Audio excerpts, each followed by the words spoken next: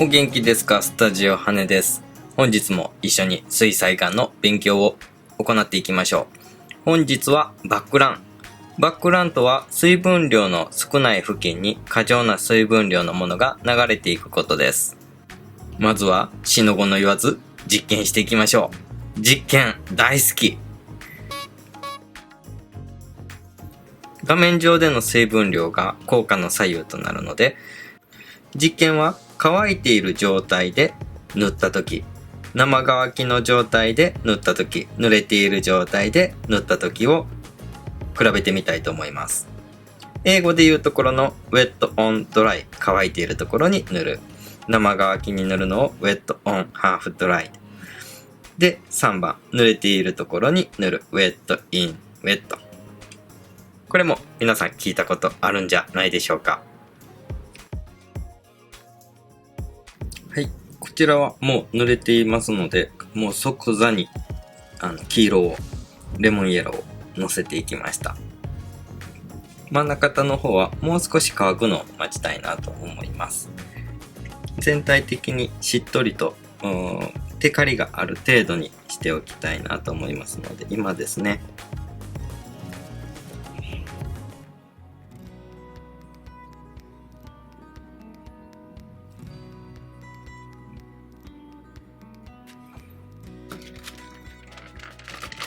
一番上ちょっと乾かして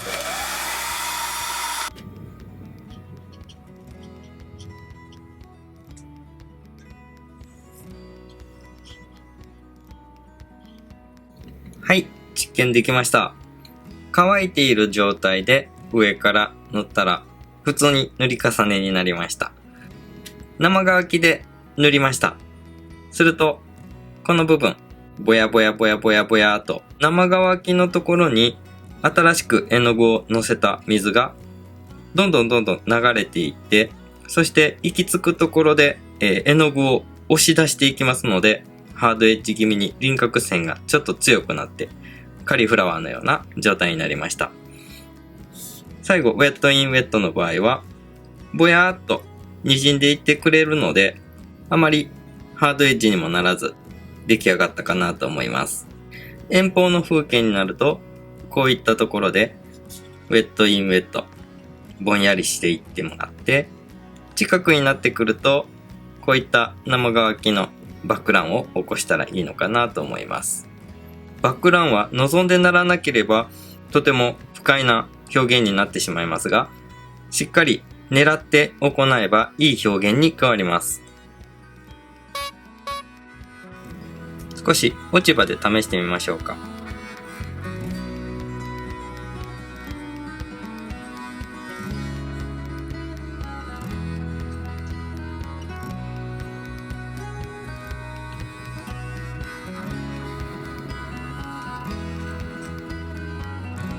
2種類試したいと思います。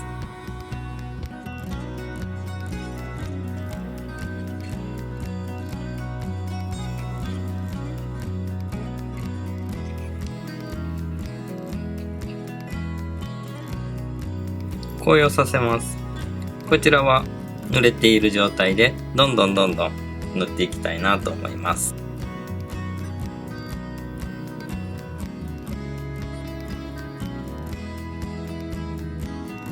ここの端っこでしっかり葉脈を彫っておきましょう。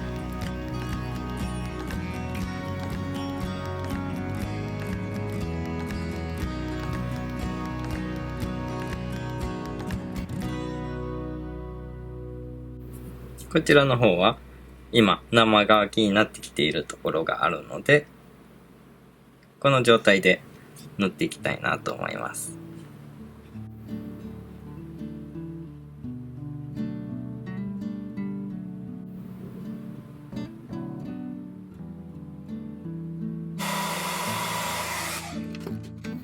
今がチャンスですね。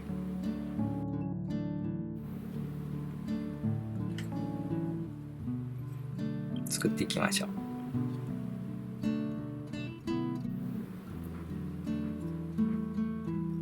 はい。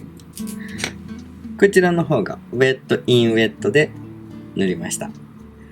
乾いてないところにどんどん絵の具を入れていきました。こちらの方はウェットインハーフドライド生乾きの状態です。出ました反応。バックランを使って葉の色の変色している模様がよく出たかなと思います。ということはバックラン使い方によっては強い見方、場合によっては画面が納得いかない感じになる、そういう特徴があります。気をつけてみてください。特に人の顔を描くときは気をつけた方がいいと思います。必要以上のバックランが走るとムラになったりしますので、しっかり画面の中に必要な分だけの水の量を与えて、いらない絵の具はきっちりと除去しておきましょう。完全に乾く前にしっかりと濃い色を入れておきます。その時に、ウェットインウェットでしっかりと絵の具が流れていってくれるように、ハードエッジにも気をつけてみてください。ウェットインウェットになりたいところを先に塗っておいて、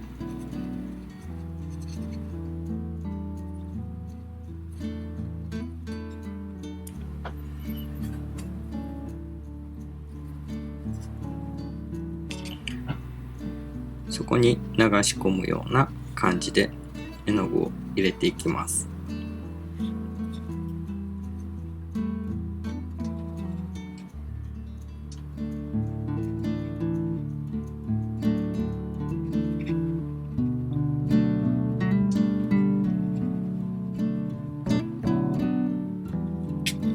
色の境界線が作れないようにハードエッジに注意しましょう。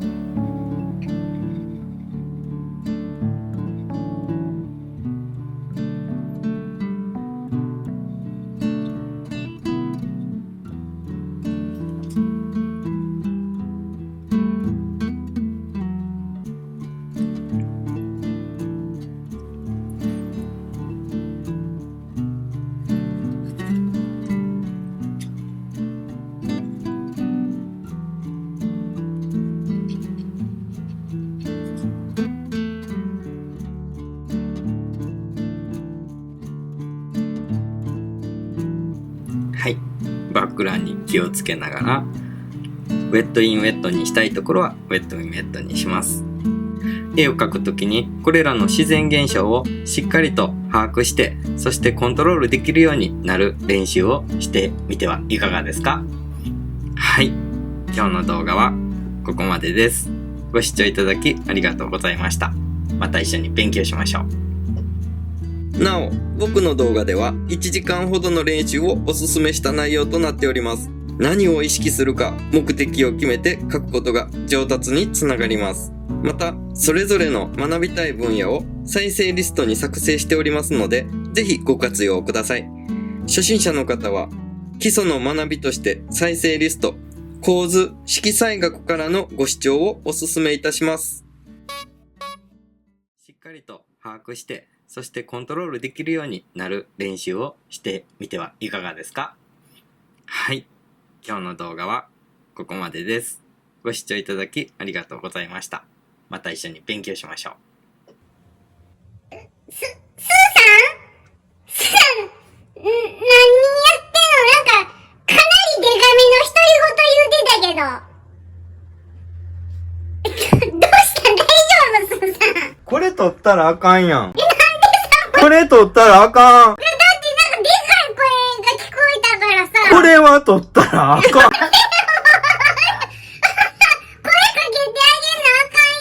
げなあかんやん。あかんやつ、これは。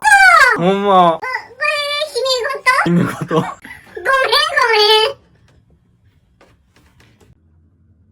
しっぽ、しっぽ、しっぽ、しっぽ、しっぽ、しっぽ、しっぽ、しっぽ。